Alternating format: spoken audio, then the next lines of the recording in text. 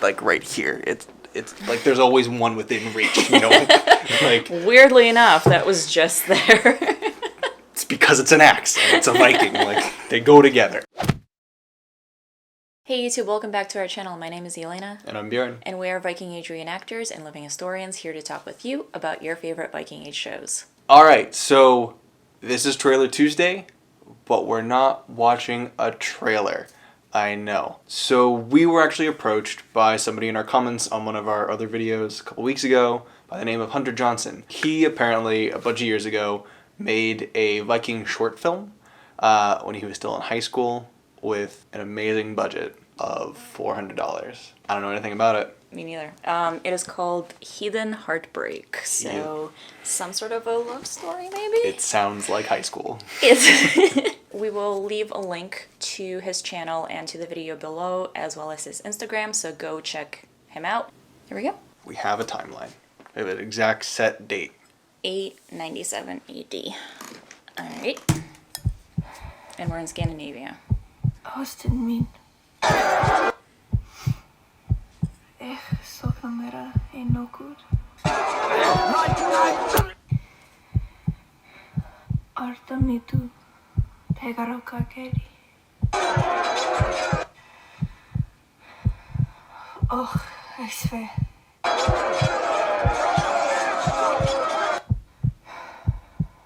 Svo verður hans. I dig the Icelandic in the beginning, or the Old Norse. That was Old Icelandic. Cool, that was a really cool touch. I don't know the language at all, but it, again, from the little words that I know here and there, it sounded pretty good.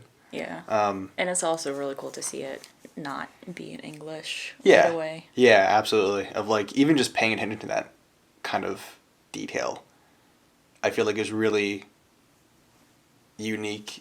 Because it's not something that we even get in a lot of TV shows and movies and stuff. So for somebody to have an idea of wanting to include that in high school is kind of intense. Yeah.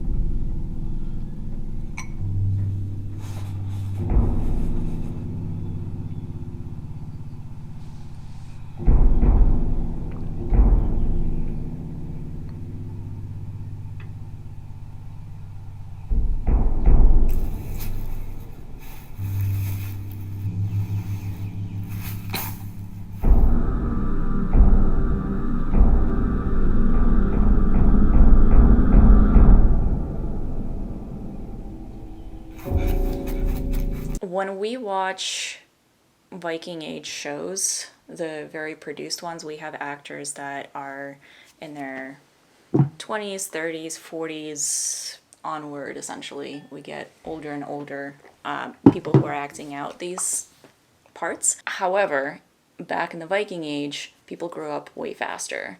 They got married earlier. They had kids earlier. Not all of them lived to see that, 60, 70-year-old age, essentially. Right. Obviously, you don't want to watch a 15-year-old get married and have a kid on your screen, which is why they cast older, because nowadays we think of those actions as for older, grown-up folks. Yeah, it's a reflection of our own society. Exactly. Yeah. And this was most likely not done intentionally, the casting being so young, but in a way, it is more historically accurate. Yeah, it's weirdly fitting to the time frame. Yeah, absolutely. I mean, we even have references in some of the sagas of young boys kind of going out. I think in Egil Saga he was 14 or 16 or something like that when he went on his first raid, and that's going out basically to war, to murder a bunch of people.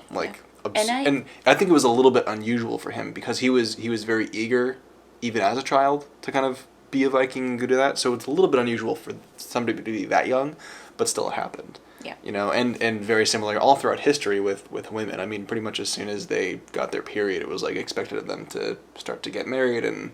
Yeah, and that's early teens. Now, I know it's just high school, and despite comments, I don't care, I'm still going to say it. That's fine. Obviously, the clothing and stuff is not that great, I know they had a budget of $400. That will probably get you like 1 or 2 sets of really good looking clothes, so I get it. Just have to say, I'm pretty sure I had a very similar tunic to that myself. The blue one? Yeah. Like I've seen that style go around a lot in Ren fairs. I know exactly what it is. I know exactly where you can get it. I know exactly how much it costs. But I also noticed that he had like a rope belt or like a rope sash, which again wouldn't be unrealistic necessarily. I mean, it'd just be a sign of you being incredibly poor. Well, because you couldn't afford anything better, basically. yeah, and in that respect, the tunic itself that he's wearing is a saturated blue color. And last week, actually, when we were watching The Last Kingdom, we had talked about saturation of colors when it comes to clothes. The more saturated the color is, the richer the person is. Yes. And on top of that, I'm noticing around his neckline, around his Cuffs. Yeah, around the cuffs and around the skirt of the tunic, he has the tablet woven bands, which also kind of speaks to richness. That's true. If you were able to decorate your clothes with so much tablet weave and the clothes were so saturated, that meant that you were rich. And then you have the belt that kind of speaks to him being poor. So the way that the outfit is kind of put together, it doesn't completely make sense. I don't know what the plate was, and like the coins and stuff. Like that was like obviously it's like a little offering. Maybe the silver was sort of his way of paying for her lover's head. Yeah, I mean, Maybe he doesn't want to fight her. He knows he'll lose. Exactly, and that's kind of that's what I was going for as well. So like that concept of like paying for somebody, which we're assuming he murdered her love interest, and that little moment at the beginning was him trying to like pay the weregild for it essentially, and her rejection of that, which is not uncommon in the sagas. I mean, and that's like a historical thing, which is awesome to see as well, because it's just cool little details like that I'm seeing in a high school drama. I dig it. You could tell that he definitely did some research. Yeah, there was definitely some research done, some digging, because there's these like little details, and of course we can't expect it to be full on historical accuracy for a high school film, but yeah, no, of course not. And with that being said, let's make it past a minute.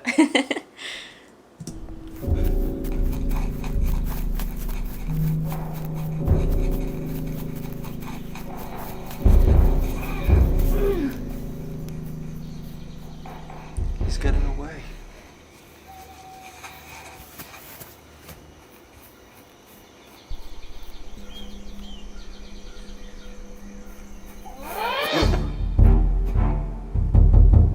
I would have swung with the axe first. But that's fine.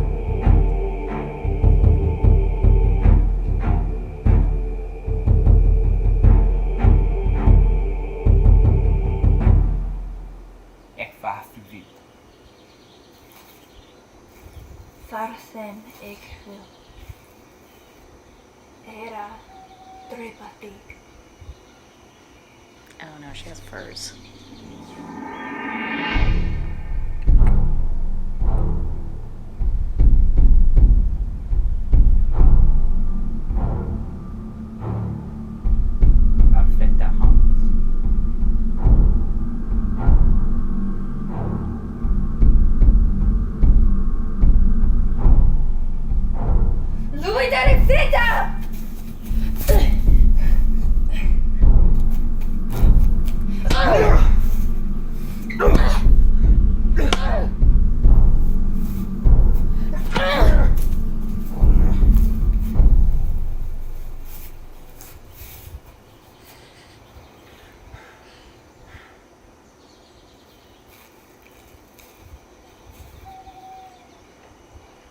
Vistu var du dödsfram.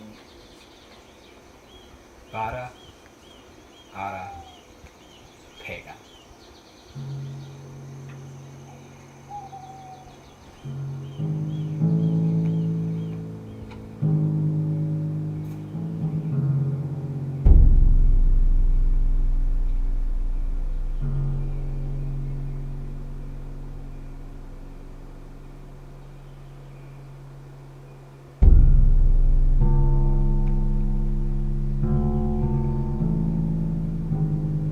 She got a good eye.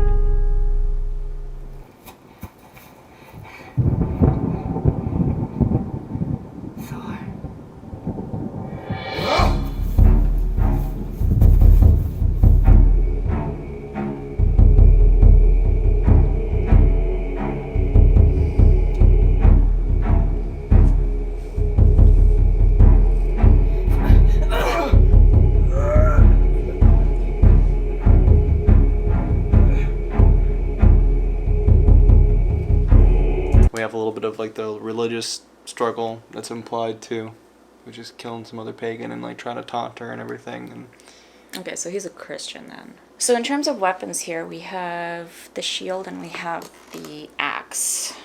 yep. It seems like. I'm actually glad for it. Obviously, they're not fully built out, decked out shield and axe that you would normally see Yeah, of course a not. Viking carrying. But as far as the weapon choice itself, I do appreciate it and I'm really happy for it.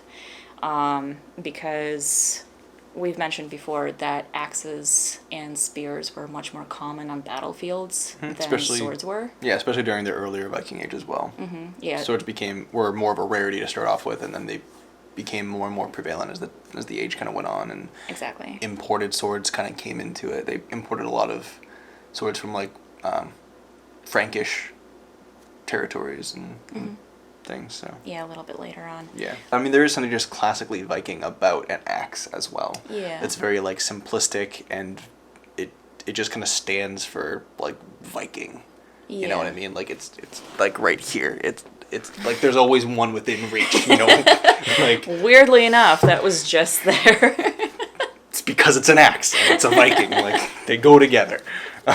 So there's just something very, very fitting.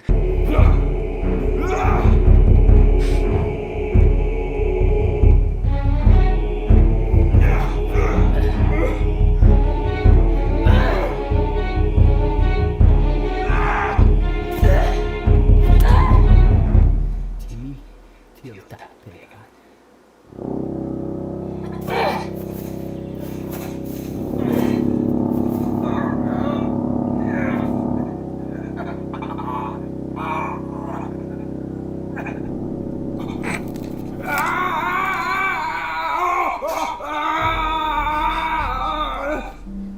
Budget right there. Whoa. Hanvar, ekki bara pig. Hanvar sonum.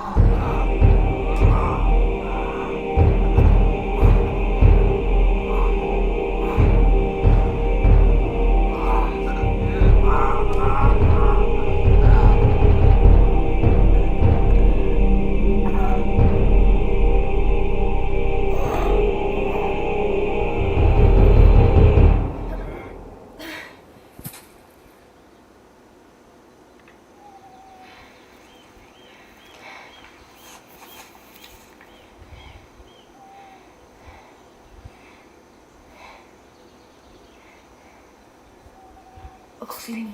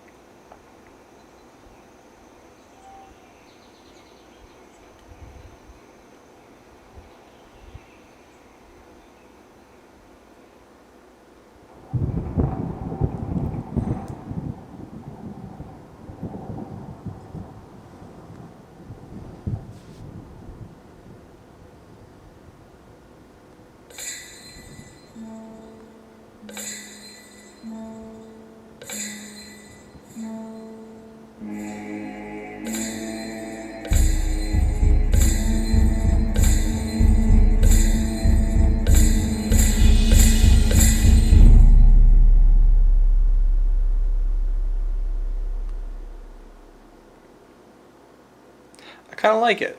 I did too. Kind of like it. They kept spelling pagan wrong, which I'll chalk up to high school as well. But like, yeah, that was really cool. I like that little bit of like a twist because like we assumed the whole time it was like her boyfriend or like her, you know, hubby or something like that. And it's her son, and that's kind of precious as well.